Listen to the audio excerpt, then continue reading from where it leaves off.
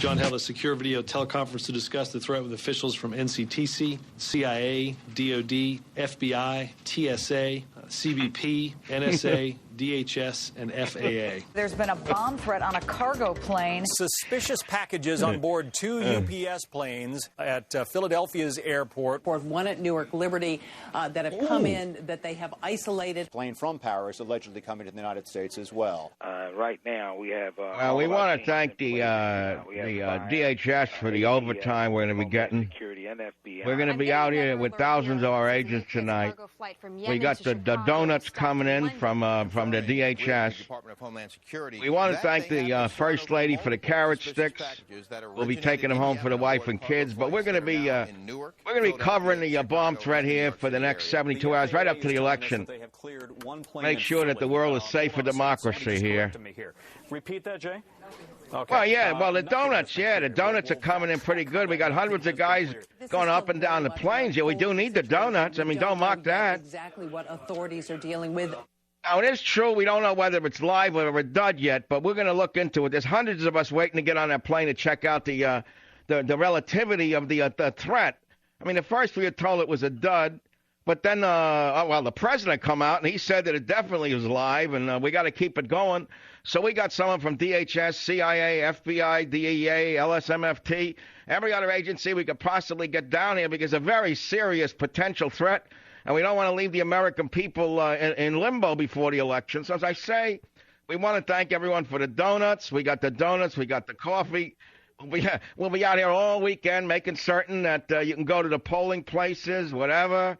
We got another fake terror threat coming out Monday night in case you missed this one. Welcome to the Savage Nation.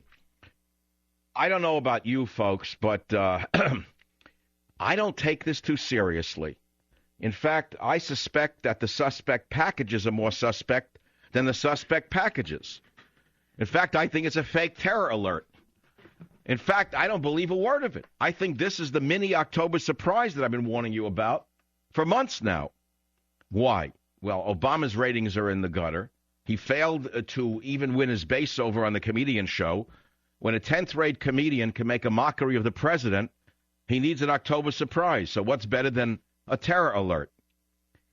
Ladies and gentlemen, please, is there not a cynical person in the audience? What happens a few days after the president fails on the comedian show?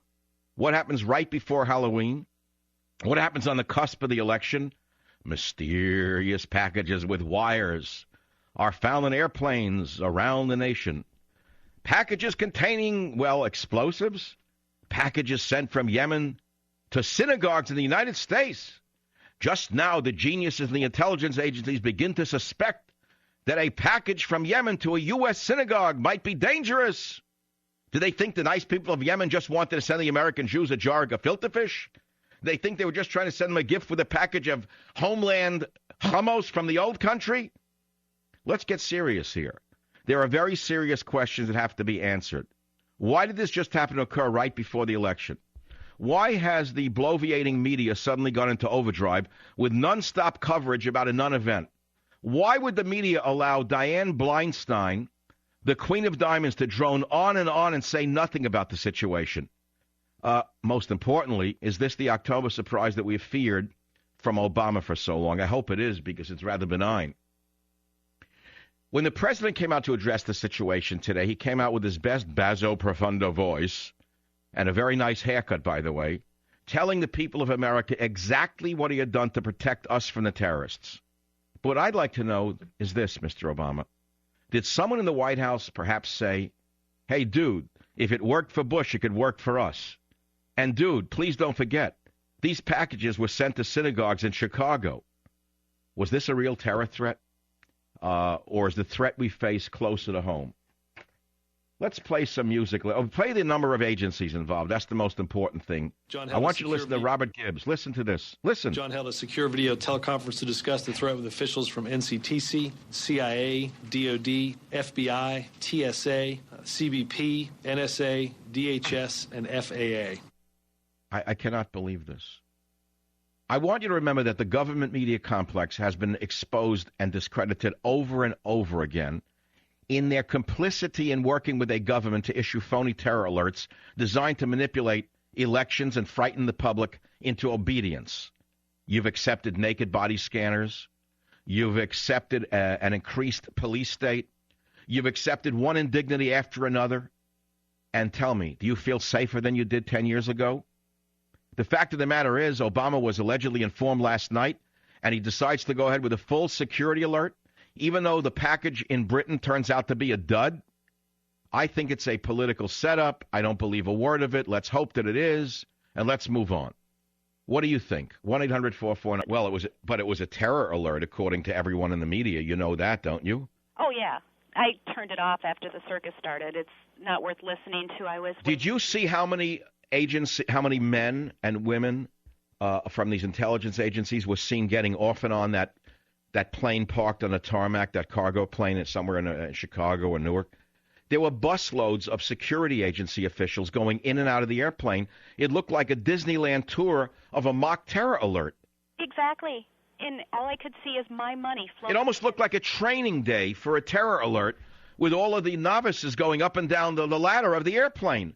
I didn't know who they were. First, I thought it was a passenger plane, but it wasn't. It was a cargo plane. These were governmental officials paid grotesque salaries looking into a dud, a bomb that never was. I don't feel any safer at all. You don't feel any safer. I'm sending you a book to read. It's called Trick. At Packages. This is Packages? Well, a novel new thing, and that is using... That's Dianne Feinstein. She would know a lot about airport packages, especially shopping carts at airports, since her husband has the largest shopping cart franchise in America. So this woman definitely is up on packages. The only question I ask is, I wonder if the underwear bomber has been briefed on this danger symbol shot. And they're definitely setting the toner for the elections. That was Doug's. That's very funny. There's definitely setting the toner. You know why? Because they claim it was in toner. I better check my toners now in my fax and my computer machines and whatever. You know what's interesting to me is that NORAD was alerted following a flight from the UAE to New York's JFK out of an abundance of caution. The question is, where was NORAD on 9/11? How did they allow Flight 77 to fly halfway across the nation and not even launch NORAD then, and permitted it to slam into the Pentagon? But now they're intercepting an airline. It just shows you how much better things are under Janet Napolitano-Reno / whatever. It's interesting to me that most Homeland Security chiefs are named Janet or something like that. I wonder what that has to do with anything. I don't know. We could look into the numerology, because if you take a J and an A and an N and an E and a T and you convert it into numbers, you'll see the J plus A plus N plus E plus T minus 3 plus N equals 11. I'm sorry. It's a continuation of yesterday's program with the numbers. Do you realize today is Friday? Do you have any named George Bush? Do you remember back that far? Way years ago, there was a guy named George Bush, and he ran the country. Do you remember him? Well, he had a guy named Tom Ridge. Remember him? He looked like Dick Tracy before he went to work for the Albanian Security Department. Tom Ridge was a Homeland Security director. Remember, square-jawed, very tough-looking guy from the coal mines of Pennsylvania. He really inspired confidence. Every other week, when Bush's popularity was plummeting, a red, a green, a yellow, a blue, every other week there was another terror alert. Every week, flash, news, this, Fox News, CNN News, alert coming in, alert coming in. And it turned out that a lot of them were just made up. They were created in order to make you worried and to make you respect the speeches that were given by the officials. So if you don't think that a government is in business to stay in business, then you don't understand how a government or a business works. A government is a business, only they don't produce anything except fear. If I had one of those webcams, you know, they all have them to charge you more. Special platinum behind-the-scenes membership. You can watch Rush belching during the breaks. And for the $93 a second, you can watch Glenn Beck treating his hemorrhoids. And for another $14, you can actually see him buy Preparation H in the drugstore. And for another $9.50 a second, you can actually call him when he's in pain from having... But if there was a camera in the studio, one of the other framed photographs or montage in this sense, it's a diorama. I absolutely love this. This was given to me by Congressman Culberson of